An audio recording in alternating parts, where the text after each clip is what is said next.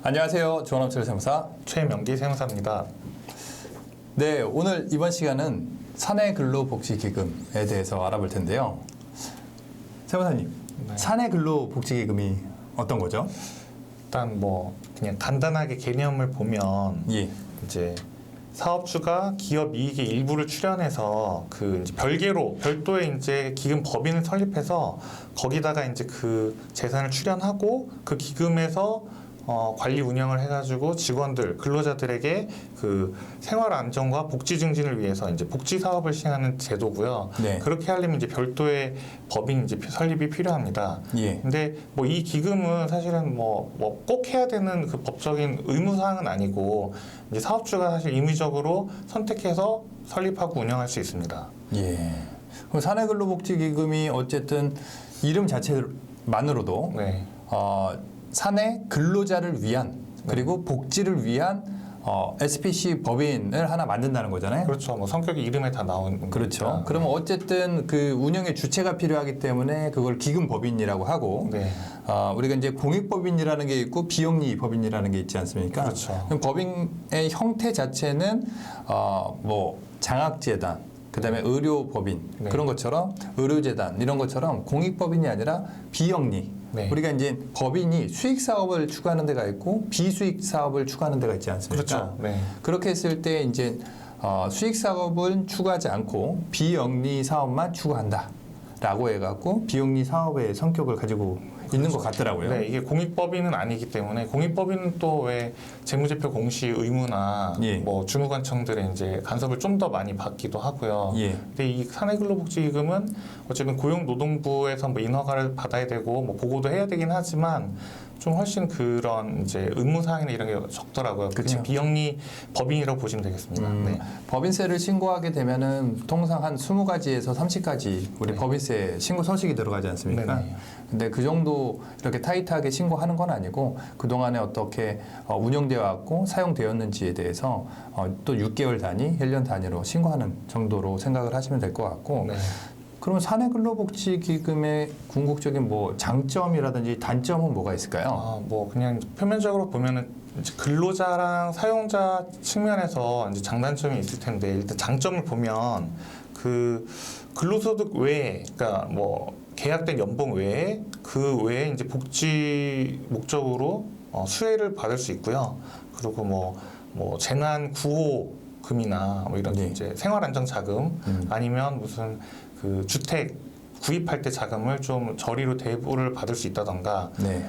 아니면 장학금 같은 거 그리고 근로자의 가족까지도 네. 그 혜택을 볼 수 있기 때문에 좋습니다. 그리고 이거는 이제 어쨌든 임금은 아니고 네. 사실은 이제 무상으로 재산을 받는 거라 증여세 과세 대상이 되는데 여기는 또 이제 면제 혜택이 있고요. 이 예. 사내근로복지기금에서는 그리고 이제 근로소득이 아니기 때문에 소득세나 사대보험에 대해서 부과되지 않습니다. 그리고 그게 실질적으로 가처분 소득이 굉장히 차이가 많이 날 것으로 네. 생각됩니다. 네. 보통 소득세 하게 되면 원천징수를 작게는 10%, 많게는 20, 30% 떼지 않습니까? 그렇죠. 연봉에 따라서. 그리고 4대 보험 같은 경우도 고용보험까지 포함한다 그러면은 근로자 측과 회사 측에서 토탈 한 18% 정도 그렇죠. 보통 일반적으로. 납부를 해야 되기 때문에 네. 결과론적으로 소득세 20%, 그다음에 4대 보험 18%라고 하게 되면 거의 30에서 40% 그렇죠. 예, 연봉에 연봉 기준 아닙니까? 맞습니다. 그럼 연봉이 5천이라고 그러면 30% 하면은 1,500만 원. 네. 40% 하게 되면은 2천만 원 가까이가 그렇죠. 절세가 되는 제도로 파악을 할 수 있을 것 같고요. 네. 어쨌든 사내근로복지기금의 장점에 대해서 네. 최근 문의가 많으셔갖고 저도 어떤 연 회비만 한 50억 정도 되는 협회에 상담도 갔었는데요. 네. 이제 거기도 직원들이 연봉도 좀 있고 그다음에 다양한 복지가 있다 보니까 네. 자기들 소득세 원천징수 하는 게 좀 아까웠나 봐요. 그래서 그렇죠. 예, 인사 담당자가 연락이 왔더라고요. 인사 담당자가 사내근로복지기금을 도입하는 거에 대해서 장단점을 설명해 달라고 해서 제가 가서 상담을 해드리고 왔고요. 가장 큰 거는 일단 아까 최명기 세무사님께서 말씀해 주신 것처럼 가처분 소득이 올라가다 보니까 네. 그런 부분들에 있어서 근로자들이 굉장히 좋아하는 것 같습니다. 그렇죠. 예. 그리고 직원 많고 하면 그 차이는 점점 더 커질 거고. 그렇죠. 하니까. 그리고 이게 또 이제 근로자도 물론 가처분 소득이 실질적으로 늘어나기 때문에 굉장히 좋고 사용자 측면에서도 예.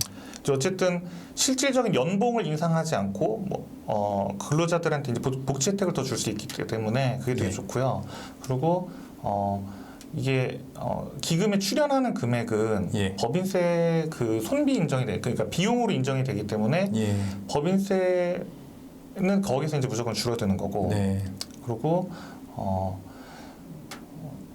이게 이제 실질적으로 제가 그냥 판단했을 때는 어쨌든 실질적인 연봉 인상 없이 복지를 주기 때문에 뭐 원래 돈으로 주면 네. 나중에 이제 퇴직금도 걱정하게 되고 그렇죠. 퇴직금도 네, 나오죠. 사실 저희가 이제 그것도 걱정되잖아요. 네. 회사를 운영할 때. 저희도 뭐 세무법인 네, 저희 제가 지금, 뭐 네. 세무법인 넥스트 본사를 운영하고 있고 네. 우리 최명기 세무사님께서는 세무법인 넥스트 서초 지점을 또 운영을 하고 계시기 때문에 네. 우리가 이제 그 세무법인을 운영하다 보면은 기본적으로 뭐 명절, 뭐 그렇죠. 휴가, 네. 그다음에 뭐 법인세, 소득세, 뭐 상여금, 네.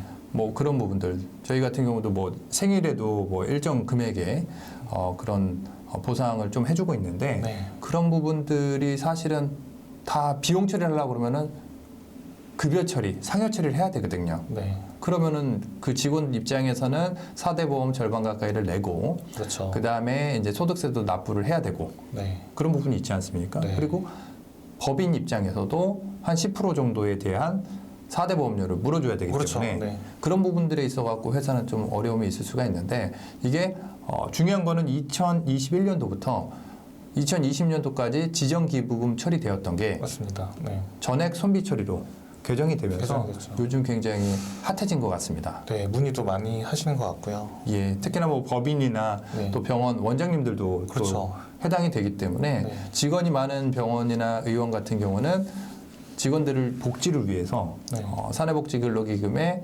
원장님 또는 법인이 뭐 연간 뭐 1,000만 원이 돼도 되고 뭐 5천만 원이 될 수도 있고 1억이 될 수도 있고 출연하는 것만큼 손비 처리가 되기 때문에 좋은 점이 있는 것 같습니다. 맞습니다. 그리고 그 다음에 저희가 이제 제가 그 다음에 말씀드리려고 했었는데 예. 이 사내근로복지기금을 설립은 네. 모든 사업장에서 가능하거든요. 그래서 아까 예. 말씀하신 뭐 병원 같은 데들도 직원분들이 많다 그러면 사실은 병원 원장님들 소득세율이 굉장히 높지 않습니까? 거의 예. 뭐 최고 세율을 맞으시는 분들이 많으신데 예. 그런 데서는 또 어떻게 보면 제가 봤을 때는 훨씬 더 효과가 예. 클 것 같습니다. 병원 원장님들도 이거 세금 내는 차라리 이제 기부할까? 뭐 이런 예. 고민들도 많이 하시더라고요. 해보면. 보통 네. 이제 그 재벌 네. 내지 대기업 네. 중견기업 정도 돼야지 무슨 뭐 어디다가 출연하고 네. 공익재단 만들고 그런 걸 생각하시지만은 네. 그 작은 규모로 중소기업 버전 또는 우리 원장님 버전에서 네.